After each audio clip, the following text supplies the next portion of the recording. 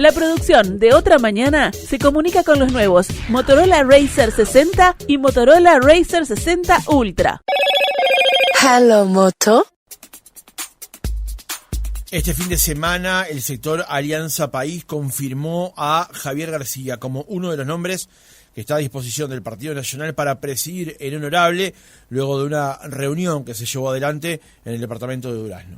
Yo tengo las ganas, tengo la fuerza y tengo la energía para presidir el directorio que nos lleve a la próxima victoria del Partido Nacional. Con estos son tres los nombres arriba de la mesa, uno el de Álvaro Delgado, otro el de Luis Alberto Heber y el de Javier García, que se confirmará este fin de semana. Lo que apoya la posición de García es su trayectoria política, su compromiso con los valores históricos del Partido Nacional y su capacidad para interpretar el presente político, según la declaración de su sector Alianza País, que este fin de semana justamente valoró su nombre. ¿Qué importancia tiene justamente la designación de Álvaro García como candidato a la interna del Partido Nacional? ¿Cómo se ve que haya competencia con los otros dos nombres? ¿Qué impronta le pondría Alianza País y Espacio 40 a un nuevo directorio? Lo conversamos en nuestra entrevista central con Rodrigo Goñi, diputado por ese sector. Francisco Morales, Otra Mañana. Goñi, ¿cómo le va? Buenos días, gracias por atendernos. Buen día, Francisco. Perdóname que no llegué a tiempo, venía de afuera. Sí, estaba planteada la entrevista para hacerla en estudios desde el viernes pasado, lamentablemente lo vamos a hacer de esta manera telefónica, digamos. En primer lugar, diputado Goñi, ¿cuándo empezó a forjarse la idea de que Javier García sea candidato a la presidencia del directorio? Bueno, creo que es un poco natural, ¿no? Javier, tiene una trayectoria amplísima, quizás como ninguna en el Partido Nacional, porque lleva más de 40 años de militancia ininterrumpida y siempre con lugares de representación de todo el partido, desde sus primeros tiempos de actividad de militancia gremial, representaba a todos los nacionalistas ya en la Universidad de la República. Desde ahí hasta ahora, Javier no ha dejado de representar al partido en la Cámara de Diputados, en la Cámara del Senado, en el Senado, en el gobierno de la calle Pou como ministro, y ese es un militante, yo diría que hay muy pocos, quizás ninguno como él, conoce todos los rincones del país en su actividad partidaria. Entonces, es natural que el nombre de Javier emerja en este tiempo, sobre todo porque, en las últimas elecciones, realmente el sector que él lidera, nuestro sector político, fue el que tuvo más apoyo de la ciudadanía, es decir, a todo lo que yo venía transmitiendo se le agrega el apoyo de los nacionalistas, mayoritario, y además, y como tercer punto, y termino esta introducción, el momento histórico también está reclamando y demandando una figura como la de Javier García para dirigir el partido.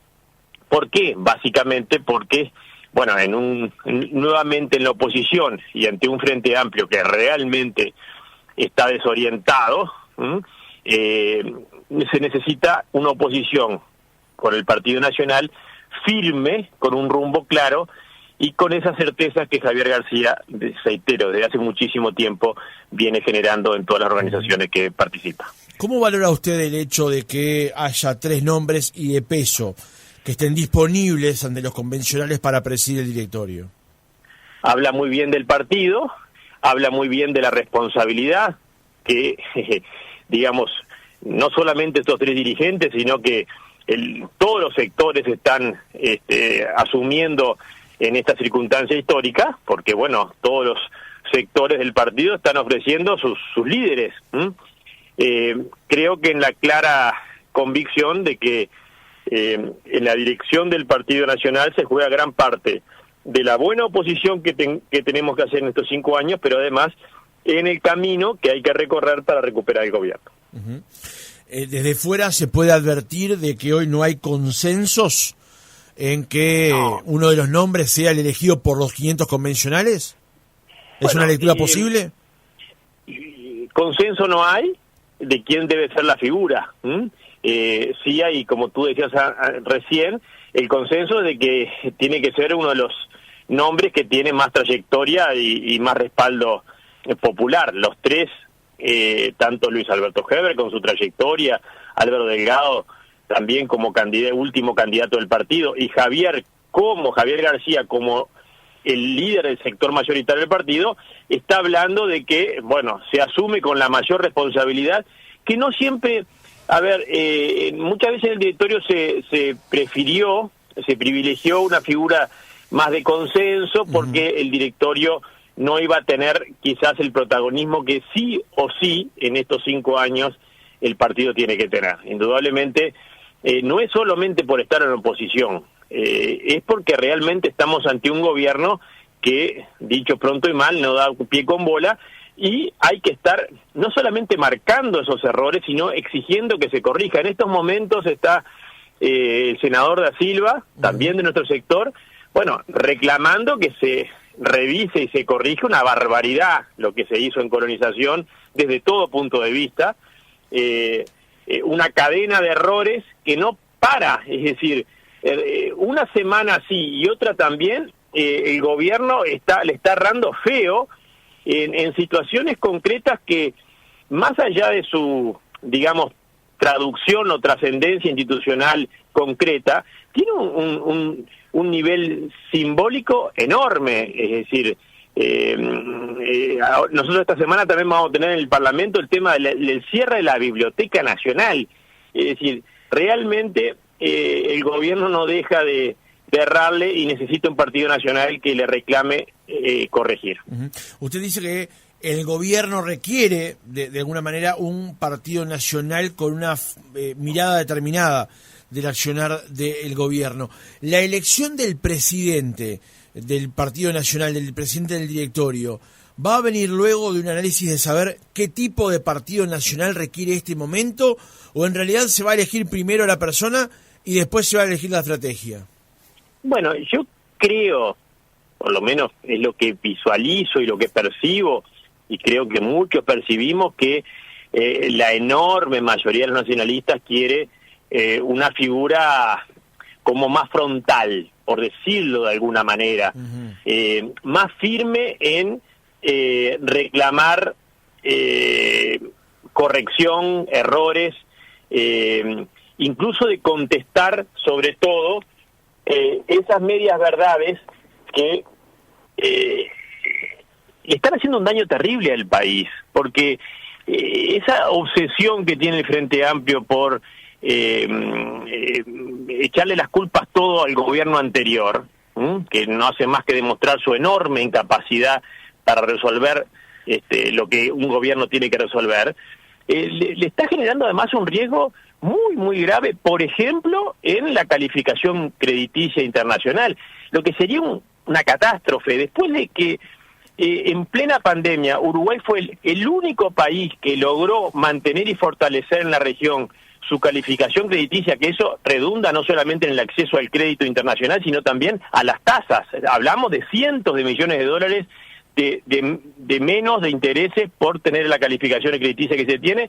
Bueno, el gobierno hace todos los deberes, dicho entre comillas, para perder esa calificación crediticia. Por eso también el país necesita demostrar que, más allá de un gobierno que es un tembladeral, bueno, hay una oposición, en este caso también liderada por el Partido Nacional, que es el sector mayoritario entre la coalición republicana, que tiene claro el rumbo y tiene claro dónde hay que enderezar esos desvíos para que el país siga siendo lo que es. ¿Una eventual presidencia de Álvaro Delgado no sería tan frontal como usted dice? Sí, Álvaro tiene claramente un perfil mucho más articulador, que eso lleva muchas veces a que no quede clara las diferencias. Creo que también fue uno de los temas que tuvimos en la campaña. No se dejó en evidencia la enorme diferencia que tenía el Frente Amplio y la coalición republicana, y bueno, eso llevó a que mucha gente pensara que podía hacer lo mismo. Lamentablemente ahora nos damos cuenta, bueno, nosotros no, pero mucha gente se da cuenta ahora que no eran lo mismo, que no eran parecidos, eran muy diferentes.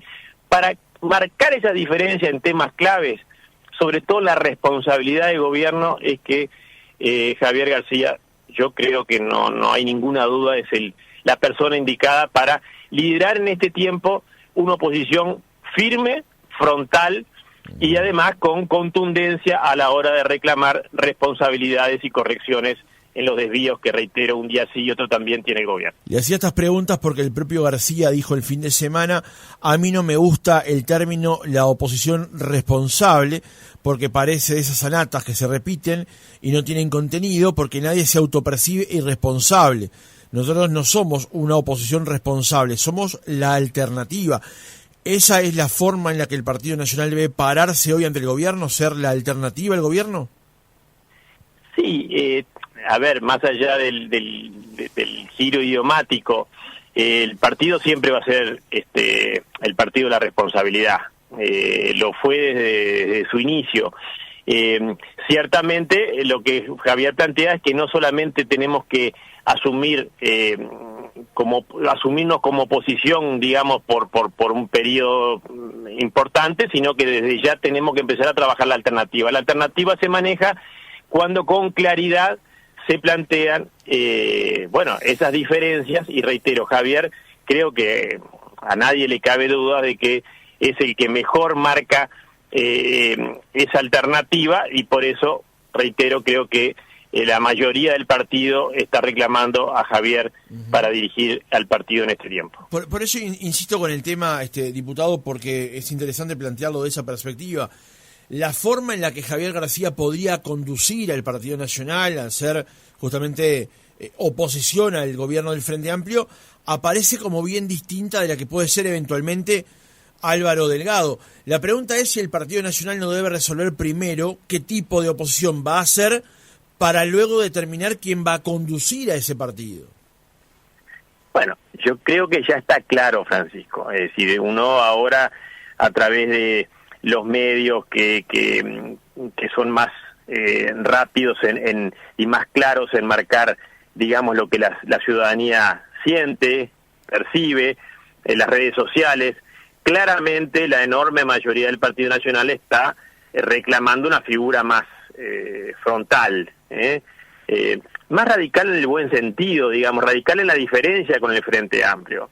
Y esa diferencia con el Frente Amplio, Javier, si cualquiera que siga más o menos de cerca el ámbito político, la actividad política, claramente identifica a Javier como una persona que permanentemente está marcando esa diferencia con el Frente Amplio, que es el comienzo de ir propiciando la alternativa. Es decir, si tú no marcas la diferencia y la gente piensa que son todos más o menos lo mismo, uno termina eligiendo también por si me gusta más o menos un candidato, ¿no? En el caso de la elección de noviembre fue claramente así. Yo creo que ya la ciudadanía nacionalista, en particular, tiene claro que se necesita una persona con ese perfil, más contundente, más claro, y reitero, en consecuencia de esa demanda, digamos, de la ciudadanía blanca, el nombre de Javier García es el natural y el indicado para este tiempo. Diputado, con respecto al tema de la conformación del directorio, del próximo directorio, el expresidente Lacalle Pou estuvo en una visita justamente al honorable en la previa, en las elecciones municipales y departamentales, y estableció algunos parámetros que él entiende debería tener quien conduzca al Partido Nacional. Entre otras cosas, por ejemplo, una dedicación full time al directorio, lo que implicaría que en el caso de Javier García ser electo debería dejar el Senado. ¿Usted comparte esos postulados que estableció el expresidente Lacalle Pou para conducir el partido? Sí, creo que lo compartimos todos, lo hemos aceptado todos. También Javier, ¿no? Tiene claro que ser presidente del directorio es una responsabilidad full time, no solo mental, sino física, y también la equidistancia que tiene que tener a nivel sectorial, digamos. El presidente del directorio es el presidente de todos los blancos, no solamente del sector Alianza País, aunque sea mayoritario. Por eso estamos todos de acuerdo con los lineamientos de Lacalle Pou.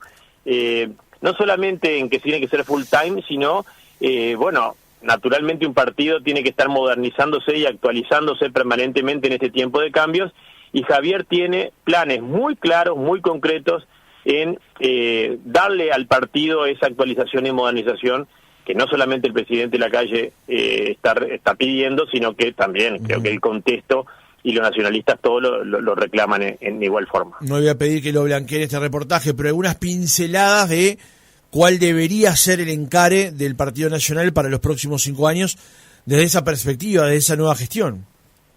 Bueno, en primer lugar, la complejidad del mundo moderno exige que haya mucha especialización. La especialización no se puede hacer sin un equipo de gente con una gran pluralidad y diversidad en sus especialidades, y eso requiere también una organización permanente y una coordinación con autoridad para, en algunos casos se llamaba antes el Ministerio de las Sombras o el Gabinete en Sombras, sí. Sí, pero lo importante es que el partido hoy en el directorio tenga un equipo de asesores en forma permanente. Por ejemplo, ahora para la rendición de cuentas, ya deberíamos tener un equipo con todos los exministros, con todos los ex equipos del gobierno anterior, para estar defendiendo lo que fue la gestión, que es el primer paso para poder seguir profundizando la misma y planteándola como alternativa. Hoy la modernización de un partido exige, reitero, un grupo muy importante de asesores con especialidad en cada materia, y sobre todo en una coordinación permanente, que hoy el partido no la tiene, y que creo que es de los grandes reclamos que plantea el presidente Lacalle, para, mostrarle ya a la ciudadanía que no solamente el partido está preparado, sino en qué condiciones está preparado para asumir un nuevo gobierno en el próximo periodo. Otra de las cosas que manejó el expresidente Lacalle Pou en esa reunión es que el futuro presidente o presidenta del directorio no debería tener aspiraciones presidenciales. En algún momento se manejó la posibilidad de que Javier García fuera precandidato en las elecciones anteriores, en el ciclo electoral que terminó recientemente. Con esta elección eventualmente de presidente del directorio, si llega a darse el caso, ¿estaría claro que Javier García no sería candidato a la presidencia de la República? Bueno, yo te la contesto por otro lado y asumo también lo que piensa Javier al respecto. El candidato excluyente hoy del Partido Nacional, si tú le haces una encuesta o le preguntás a los nacionalistas, es Luis Lacalle Pou. Entonces, no se da esa necesidad de contar con un nuevo candidato, porque todos queremos que Luis Lacalle Pou sea el próximo candidato y el próximo presidente. Así que por ahí no había ningún problema, más allá de que Javier ha dicho que él estará naturalmente, como lo ha hecho siempre, en más de 40 años de militancia ininterrumpida, en el lugar que el partido disponga. Y en este caso, pensar en ser presidente del directorio es también pensar en propiciar las mejores condiciones para que Luis Lacalle Pou sea candidato, y sea candidato ya con un gran equipo y un gran partido, siempre en clave de coalición republicana, que también es uno de los puntos claves que Javier va a reafirmar como presidente del directorio. Ahora le voy a preguntar sobre eso, pero para cerrar el tema de la interna nacionalista, se esperaba que fuera para el 28 de junio la convención nacional que definiera la elección del nuevo presidente, pero cae justamente en los días previos a las vacaciones de invierno, digamos. ¿Ya está definido si se va a mover o no, o si finalmente se va a hacer en esa fecha? En esta mañana, en un ratito, el directorio va a definir la fecha. Como tú decís, habíamos fijado en principio el 28, después el tema de las vacaciones lleva a que mucha gente ya tuviera definido, digamos, su ausencia del país, o incluso más alejado de Montevideo. Así que hoy en el directorio se está definiendo la fecha, si del 28 o se deja para después de las vacaciones.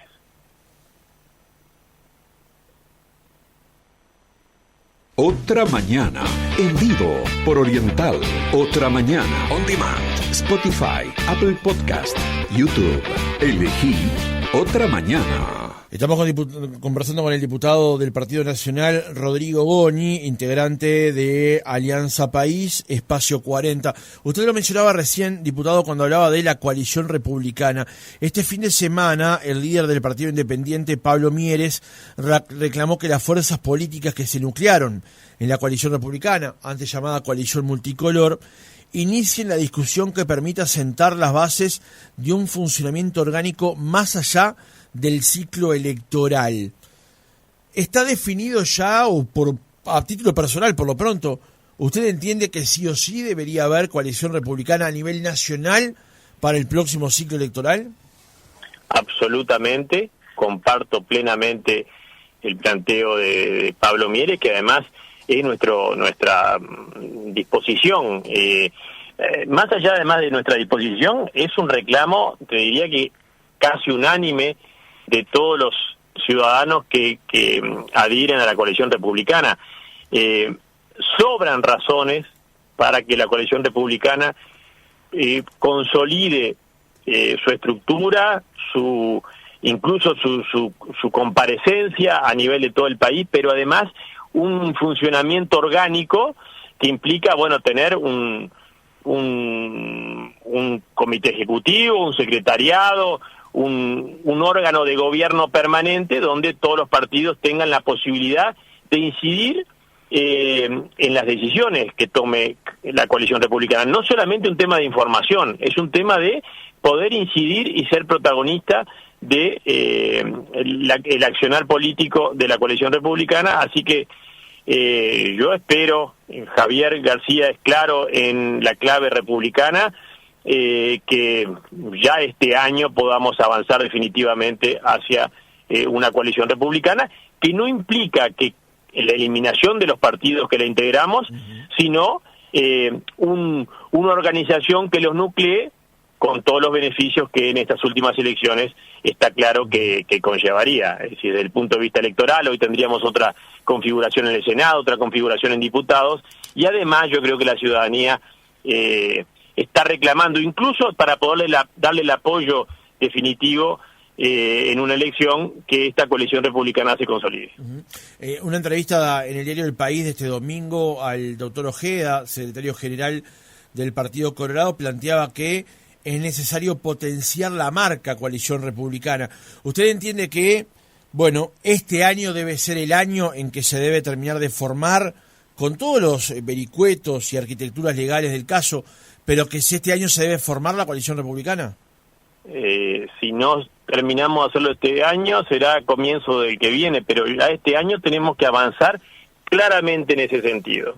De lo contrario, estaríamos incumpliendo un claro mandato ciudadano y un claro reclamo ciudadano que nos está pidiendo consolidar la coalición, consolidar por supuesto también la marca y todo lo que tiene que ver con, generar una identidad también republicana que, reitero, no elimina de ninguna manera la identidad de cada partido, sino que lo que hace es fortalecerla, yo creo, en ese complemento que es todos los partidos, Partido Independiente, Partido Colorado, también Cabildo Abierto, que tiene cada uno su perfil, pero que en las cuestiones claves tenemos una misma postura democrática republicana. ¿Hay espacio para Cabildo Abierto en una coalición republicana orgánica, no sui generis como pasó en la anterior, o parlamentaria, orgánica? Se lo pregunto porque la semana pasada, el miércoles, entrevisté aquí a Guido Manini Ríos, y en varias oportunidades se le entiende que sus propios socios de coalición no fueron amistosos con Cabildo Abierto, e incluso él señala, y todavía le queda el mal sabor de boca de lo que fue la destitución de la ministra Moreira, que él entiende sirvió para pasarle cuentas a Cabildo Abierto. Yo estoy convencido de que Cabildo Abierto tiene un lugar en el sistema político, un lugar muy importante, un lugar protagónico, y que, por supuesto, podemos y probablemente cometimos errores en no tomar todas las medidas que nos llevaran a darle esos espacios a Cabildo Abierto, pero para adelante tenemos toda la posibilidad de corregir.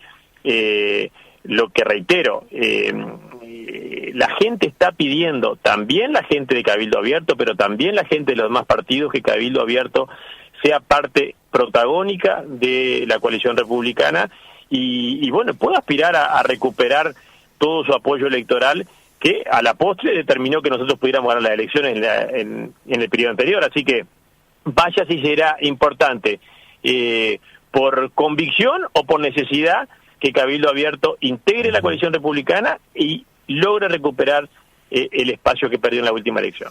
¿Coalición republicana a nivel nacional, en todos los departamentos también?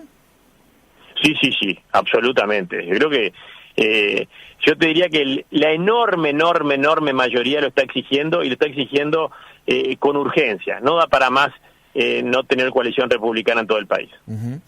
Se lo pregunto porque hay departamentos como por ejemplo Cerro Largo para el Partido Nacional, Flores, Florida, donde el Partido Nacional tiene victorias del 70 u 80%, o el Partido Colorado en el departamento de Rivera, transar o compartir con un segundo socio, digamos, cuando solamente o solo puedo absorber el 80% de los votos, capaz que termina siendo un problema.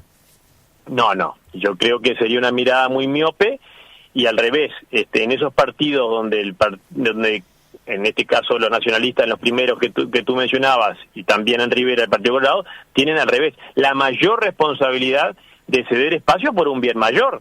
Es decir, priorizar lo departamental sobre lo nacional por una cuestión meramente electoral sería imperdonable, a todas luces imperdonable, y los partidos no deben permitirlo. Los partidos tienen que mirar el bien común, el bien mayor, y el bien mayor recuperar el gobierno nacional. Uh-huh. Diputado, le cambio de asunto. Como usted mencionaba, en esta jornada se está recibiendo la dirección del Instituto de Colonización en el Parlamento.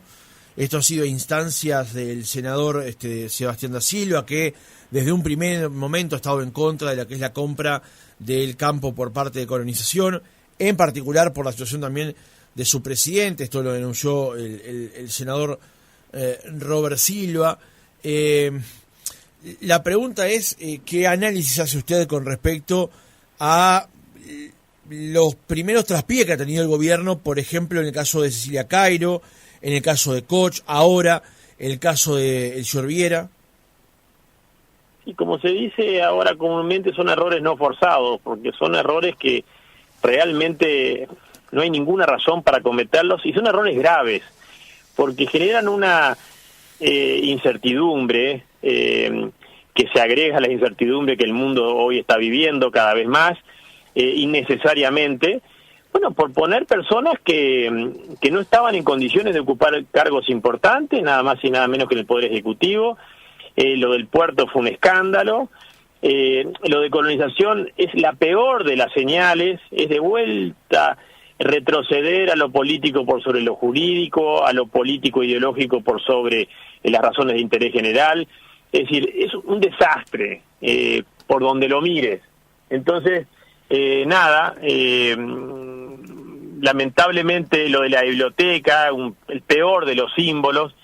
Así que el peor comienzo para el gobierno, que nosotros naturalmente como oposición tenemos el deber de exigir que se corrijan, y lo hemos ido logrando. La ministra se cambió, lo del puerto se cambió, lo de Colonización se cambió. Así que bueno, hubiéramos preferido que no se cometan esos errores, pero también con la tranquilidad de que hemos reclamado los cambios y se han hecho, porque de no hacerlos, bueno, sería realmente mucho peor. Uh-huh. Diputado, usted integra la Comisión de Educación y Cultura de la Cámara de Representantes, donde se va a discutir a corto plazo el tema del cierre parcial de la Biblioteca Nacional. Pero demos un paso hacia atrás. ¿Usted terminó conforme con la gestión del señor Trujillo al frente de la Biblioteca Nacional y entiende que lo denunciado por Escapapietra, la nueva funcionaria, la nueva directora, no se adapta a la realidad? Sí, yo estoy conforme con la gestión de Valentín Trujillo, con quien tenía además una trayectoria y quien asumía la responsabilidad en el contexto que la institución se le encarga. Uno no puede asumir un rol en ningún lugar del Estado con relevancia si no está dispuesto a asumir en el contexto y en las condiciones que lo asume. Y Valentín Trujillo, recordemos que tuvimos la pandemia, y allí se tomaron una cantidad de medidas, acciones, que permitió en el peor de los momentos, que la biblioteca pudiera seguir en actividad. Hay una carta de Trujillo que es muy clara en cuanto a las medidas de modernización de la biblioteca, y entonces realmente echar las culpas a la gestión anterior para cerrar la biblioteca es una barbaridad. Ahora, realmente, diputado, pero perdón, porque la señora Escapapietra hizo circular en algunos medios de comunicación un PDF con un resumen de la situación estructural de la biblioteca, donde plantea que hay inundaciones frecuentes, depósitos saturados con materiales en el suelo y sin climatización adecuada, hundimientos estructurales y ausencia de sistema de detección de incendios que amenaza la integridad de las colecciones. El control de plagas fueron dados de baja por falta de presupuesto. Uno de los dirigentes del sindicato de trabajadores de la biblioteca entiende, no compartir, lo que fue el cierre determinado por la nueva directora, pero sí comparten el diagnóstico, que en los últimos 5 años la biblioteca no tuvo presupuestalmente los reparos necesarios para poder afrontar esta situación. A ver, tenés la prueba del 9 cuando el sindicato dice que no había razones para cerrar la biblioteca. ¿Tá? Ahí tenés la prueba del 9. En cuanto a las dificultades, es la ley de la vida y la ley de cualquier estado, aquí y en cualquier lugar del mundo. Los estados cada vez necesitan más recursos para nuevas tareas, para nuevas actividades. Lo que hay que, naturalmente, tratar de afinar en qué se hace esa inversión.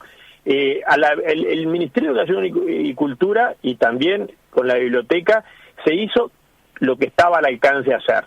Y de hecho, nosotros compartimos plenamente, no son los descargos, sino son las precisiones que hizo Valentín Trujillo para rechazar el cierre de la biblioteca.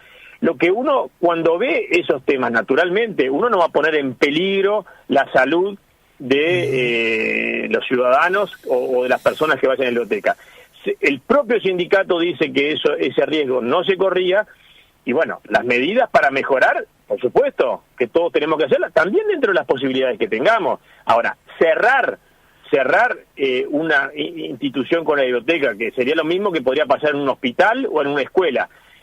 Siempre los efectos dañinos son muy superiores a lo que se pretende después remediar, en este caso agravado en la biblioteca, pues no se dijo ni cómo, ni cuándo, ni cuál era el plan. Entonces, realmente nosotros no podemos aceptar, y la semana que viene va a estar el ministro en la comisión, y esos temas van a estar arriba de la mesa, y nuestro reclamo también muy claro de que se vuelva a reabrir la biblioteca. Pero teniendo en cuenta el resumen que hace la nueva directora de los problemas que se advierten hoy en la biblioteca, ¿no hay críticas de parte suya a la anterior gestión? A ver, yo no seguí de cerca, no estuve en la Comisión de Educación y Cultura, pero en los elementos centrales que plantea Valentín Trujillo en su carta, los comparto. Y por supuesto que siempre se pueden hacer las cosas mejor, siempre dentro de las posibilidades y los recursos que uno tiene. Creo que en esta rendición de cuentas va a quedar claro, el gobierno utilizó los recursos realmente con un plan de obras extraordinario y sin subir impuestos, sin subir el gasto. Eso va a quedar claro. Es una gran mentira del Frente Amplio que se subió el gasto se mantuvo en los niveles previstos, y reitero, creo que las obras que se hicieron en el gobierno anterior son reconocidas por todos. Vos me decís, ¿se podía haber hecho más? Y siempre se puede hacer más. Dentro de las posibilidades, nosotros compartimos que la gestión de Valentín Trujillo fue buena. Francisco Morales, Otra Mañana. Diputado, para cerrar la entrevista Morales. Esta mañana, está discutiéndose en el Parlamento el tema de la eutanasia. Se había discutido ya en la legislatura anterior. va camino a ser discutido en el Parlamento ahora también. Lo que han cambiado son las mayorías, digamos, cómo se componen las mayorías tanto en diputados como en el Senado. ¿En qué punto del debate estamos hoy? Bueno, lamentablemente hay un apresuramiento irracional para votarse. La idea que manejan los promotores es hacerlo en los próximos 60 días. Nosotros seguimos sosteniendo que no hay razones que justifiquen legalizar la eutanasia, que incluso este proyecto que se está considerando es el peor de los proyectos que uno puede, digamos, admitir, más allá de nuestra posición contraria a la legalización de la eutanasia. Así que bueno, seguimos en la lucha. Mañana tenemos de vuelta comparecencias. Hemos tenido una vez más delegaciones muy importantes como el Colegio Médico, que siguen planteando reparos muy relevantes a este proyecto. Así que bueno, esperemos que los promotores entren en razón y más allá de que se pueda aprobar, que se apruebe un proyecto que dé las garantías a los ciudadanos, que en este caso, reitero, este proyecto no da garantías, lo que, bueno, nosotros vamos a seguir procurando, primero que no se vote afirmativamente la legalización de la eutanasia y que se vote sea con un proyecto muy diferente al que se está considerando actualmente. Ahora, diputado, usted plantea justamente que hay apresuramiento de aquellos que lo promueven. ¿Habría algún texto que a usted le deje tranquilo de que aunque no lo comparta sea el mejor proyecto de ley posible? ¿O definitivamente no hay forma, digamos? Nosotros creemos que lo mejor que puede pasar es seguir profundizando los cuidados paliativos como alternativa real y humana al sufrimiento. Frente al sufrimiento, la sociedad tiene que hacer todo lo posible para aliviarlo. Para eso están los cuidados paliativos y han demostrado ser la mejor respuesta. Pero como legislador, si están los votos para aprobar la eutanasia, nosotros tenemos el deber político y moral de mejorar las garantías para los ciudadanos. En este caso, en este proyecto, no hay ningún tipo de garantías, por lo tanto, reitero, seguiremos procurando que no se vote y si están las mayorías para la aprobación de la legalización de la eutanasia, procurar establecer garantías que hoy este proyecto no tiene. ¿Usted entiende que en función de las nuevas mayorías el proyecto va a salir en esta legislatura? Bueno, aparentemente los votos estarían, por eso nosotros también estamos planteando mejoras al texto, porque, bueno, uno no puede negar la realidad política y parlamentaria de que se han pronunciado, si no la mitad o la mayoría, está muy cerca ya de tener esa mayoría, sobre esa realidad nosotros tenemos que trabajar. ¿Cuál es la forma de trabajar? Seguir insistiendo de que no es el momento para aprobar la eutanasia, que no es conveniente, pero si igual se insiste, buscar esas mejoras. Rodrigo Goñi, diputado del Partido Nacional, integrante de Alianza País, Espacio 40, gracias por haber estado otra mañana con nosotros. Gracias, Francisco, y disculpa no haber podido estar por ahí.